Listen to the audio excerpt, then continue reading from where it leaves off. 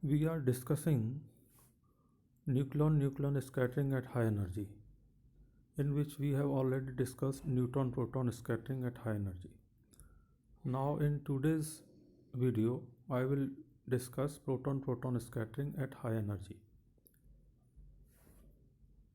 With the help of proton synchrotron, proton proton scattering cross sections have been investigated for very low energies through energies in the BeV range. The Coulomb potential plays a smaller and smaller part in the scattering as the energy is increased. It means when protons having higher energies are bombarded on the target having protons, then the Coulomb repulsion between amongst the protons plays a very less part, while the important role will be played by nuclear force.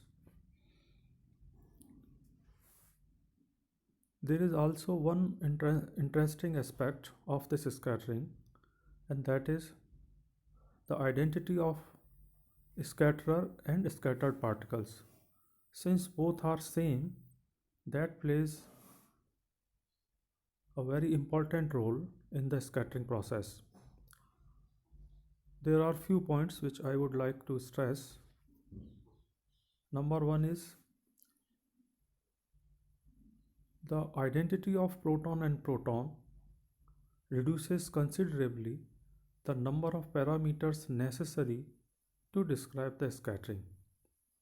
Second important point is for each proton scattered at an angle theta in center of mass coordinate system, the partner is scattered at pi minus theta. Therefore, the experimental results always display 4 and F symmetry about 90 degree. It means before the 90 degree and after the 90 degree, the curve is similar. The curves are same, as you can observe in this diagram.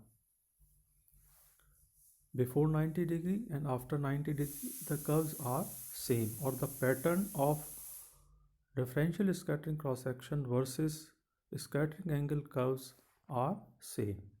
That is because the scatterer and scattered particles are same, means protons.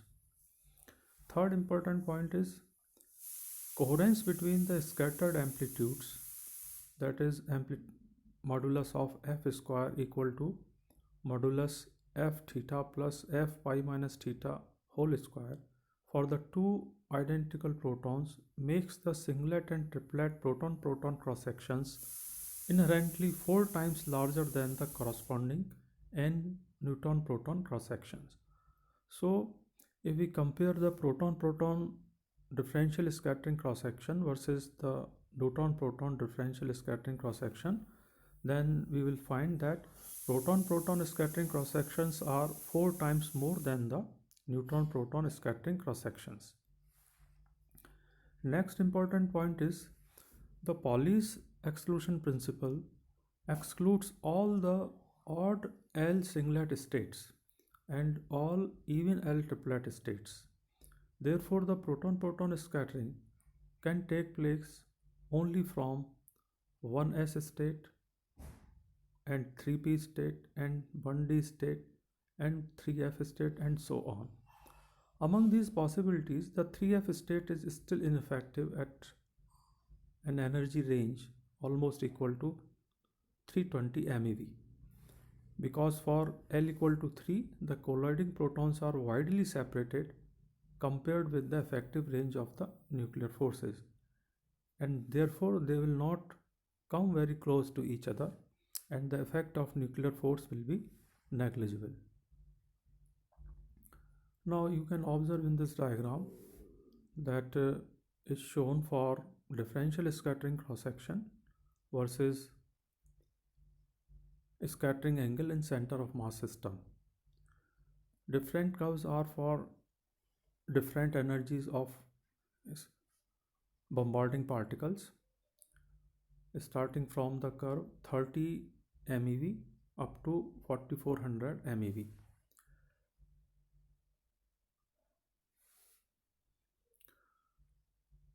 Some of the points which we can observe from this diagram are: differential scattering cross-section curves are symmetrical about theta is equal to 90 degree, as I have mentioned earlier. The symmetry can be explained to be due to the fact that for each proton scattered through an angle theta in the center of mass system, the other proton involved in the collision process is scattered through an angle pi minus theta. At small angles in the center of mass system, there is interference between Coulomb scattering and nuclear scattering. The angle at which Coulomb effects become prominent decreases rapidly with energy that is at about or more than about 300 MeV. तो इस diagram का जो एक important aspect है वो यह है कि जब हम low energy proton proton scattering को देखते हैं तो उसमें कूलॉम स्कैटरिंग का पार्ट, कूलॉम फोर्स का पार्ट डोमिनेंट होता है, और जैसे जैसे स्कैटरिंग हम हायर एनर्जी पर परफॉर्म करते हैं तो उसमें कूलॉम इफ़ेक्ट का इन्वॉल्वमेंट कम होता जाता है, जबकि न्यूक्लियर फोर्स का इन्वॉल्वमेंट ज़्यादा होता जाता है. At low angles, cross section is large because it is dominated by Coulomb scattering. For angles above this small angle region and for energy range between 100 and 400 MeV, the differential cross section is nearly independent of angle, that is isotropic, with a value at 3.6 millibond per steradian. At 400 MeV, deviations from isotropy begins to show up at small angles, and the isotropy becomes more marked as the energies increases. The deviation from isotropy above 400 MeV is a result of meson production. फिर हम इन diagrams को देख रहे हैं तो हम इसमें observe करते हैं कि 30 MeV पर जो डायग्राम है वो ऑलमोस्ट आइसोट्रोपिक स्कैटरिंग को शो कर रहा है. इसके अलावा 170 से 460 के बीच जो डायग्राम है उसका काफ़ी portion starting from 20 degree to up to से 160 डिग्री और 170 डिग्री स्कैटरिंग इज़ आइसोटोपिक. जैसे जैसे एनर्जी इंक्रीज हो रही है, as the energy of protons increases, isotropy ख़त्म होती जा रही है. आइसोट्रोपी का मतलब है कि जो स्कैटर्ड पार्टिकल्स हैं वो सभी एंगल्स पर एक समान मात्रा में स्कैटर्ड नहीं हो रहे हैं, बल्कि कुछ एंगल्स पर ज़्यादा मात्रा में स्कैटर्ड होते हैं और कुछ एंगल पर वो कम मात्रा में स्कैटर्ड होते हैं. हायर एनर्जीज पर मींस मोर देन 400 MeV पर जो आइसोट्रोपी डिसअपियर हो रही है उसका एक बहुत बड़ा कारण मीसॉन प्रोडक्शन है. At an energy range more than 400 MeV, the proton scattering, due to the meson production at the time of collision amongst the proton and proton, that is scattered and scattered particle, the deviation, the isotropy, यहाँ देखिए आप, isotropic effect ख़त्म हो जाता है because of meson production.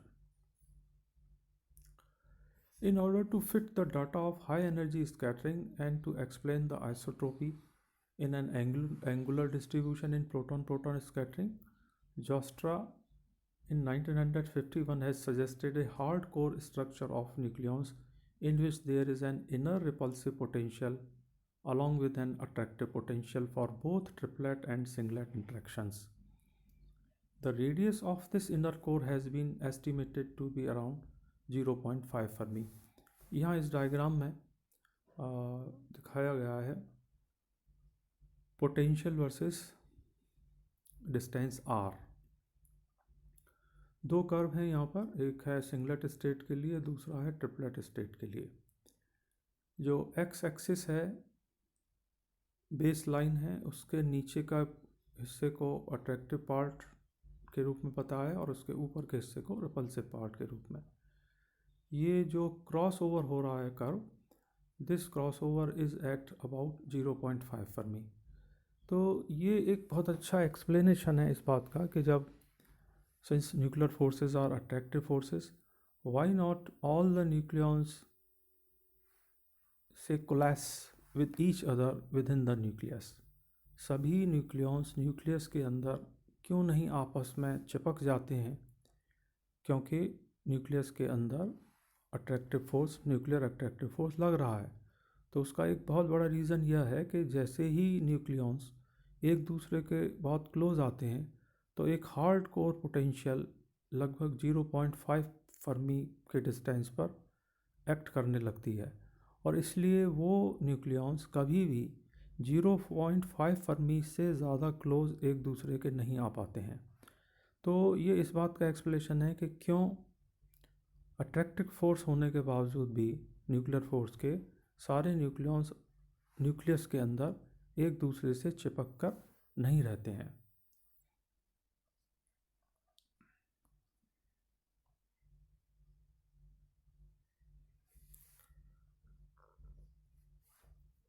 Singlet state, this potential can be shown as UR is equal to plus infinity for R less than R0, where you can say R0 is 0.6 Fermi.